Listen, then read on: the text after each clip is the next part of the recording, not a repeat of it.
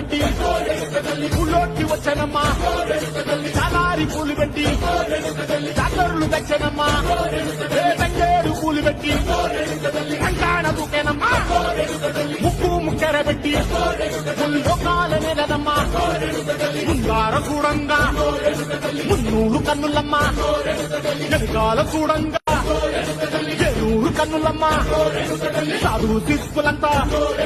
సాధీల పడ్డరమ్మా మహారాజు రాజులంతా మొగారిల్లిరమ్మా కోరిక కోరంగా రంగులు పూసినాము ఆశలు తీరంగా ఏసాలు వేసినాము నీకన్నా పెద్ద దిక్కులో కాన ఎక్కడుంది నిర్వీర్యమెట్టంగా మాట్లాడ